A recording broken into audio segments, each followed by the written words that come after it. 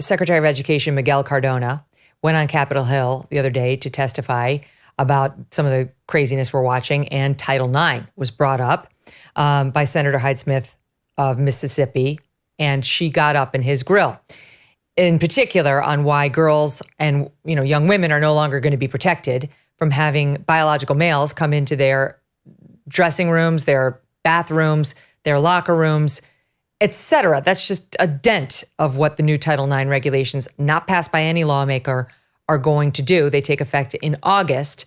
This guy doesn't get it.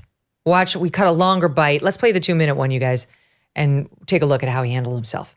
You said protecting students is number one priority for you. So I'm glad to know that you've stated that for us today. Does this rule require schools to share the information with parents regarding their children's gender status? Whether this rule does or not, parents and schools should be working together. I have to tell you, the rule strengthens protections for students. I don't necessarily agree with that.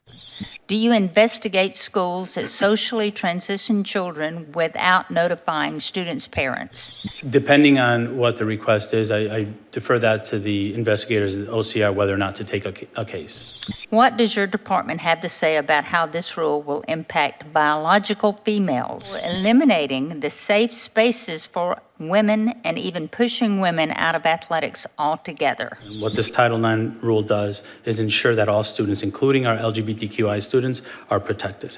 So when a biological male goes into the locker room with biological females, you think that that is a safe space for those young girls? When girls walk into bathrooms, that's you may not be recognizing students who are transgender, but because you don't recognize them doesn't mean that I don't protect them. I think the line of questioning is trying to create division. What we're trying to do is protect all students. We're not trying to create division. You just said protecting students is my number one priority.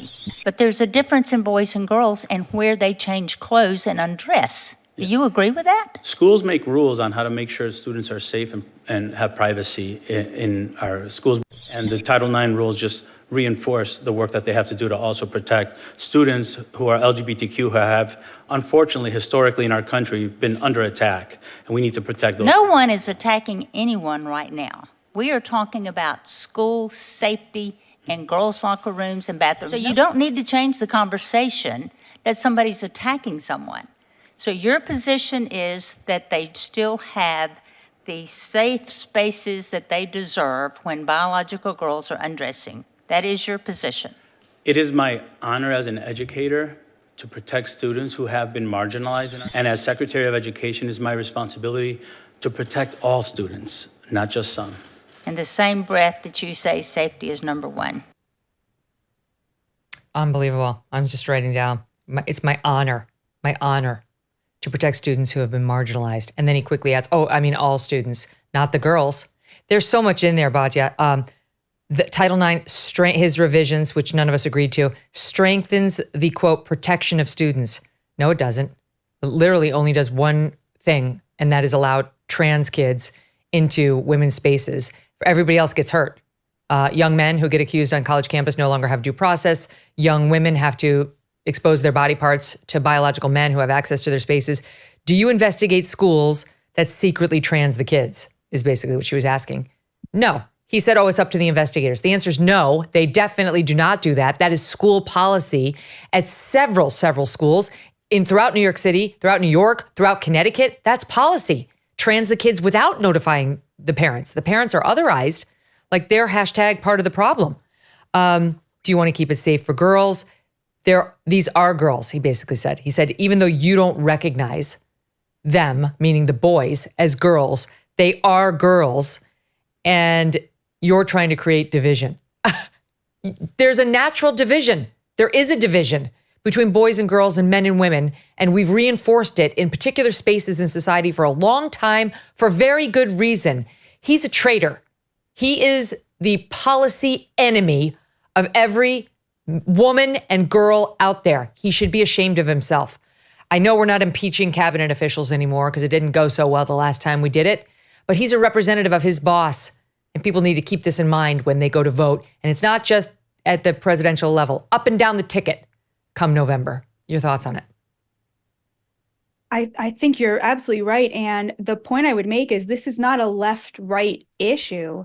I will never forget, Megyn, listening to your show, I don't know, 2.5 years ago. I remember exactly where I was. I was walking on the beach, and you made this point. You said, I have nothing against any transgender individual. I respect every person's right as an adult to choose what they want to do with their lives. I respect their choices. I respect their freedoms. They shouldn't be discriminated against. But that has nothing to do with when we're talking about children. That has nothing to do with when we're talking about sports or bathrooms or protecting women. That view that you enunciated there is the view of the vast majority of Americans, whether they vote for Democrats or Republicans. The vast majority of Americans want transgender individuals to be protected from discrimination in the workplace, but also only 17% of Americans, just 17%, want transgender individuals to be allowed to compete against girls on girls' teams.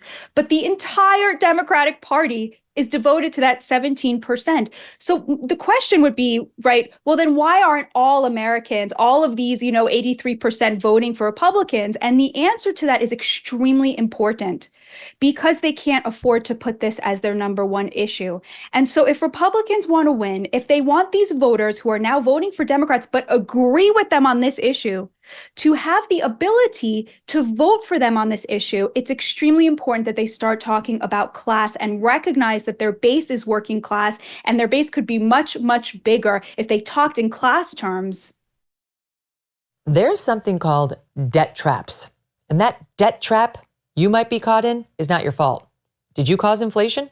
Did you set gas prices or make credit card companies jack up interest rates? The thing is, that debt trap can destroy your life if you don't get out of it now. And that's why I want to tell you about Done with Debt. Done with Debt has debt relief strategists who can stand between you and your bill collectors. Then they negotiate a plan to get you out of debt permanently without bankruptcy and without taking out loans. But listen, some of these strategies are time sensitive. So contact Done with Debt and see if they can help you with a free consultation. Share what you're dealing with, and they could explain a strategy to erase your debt faster and easier than you ever thought possible. Go to donewithdebt.com. That's donewithdebt.com. Donewithdebt.com.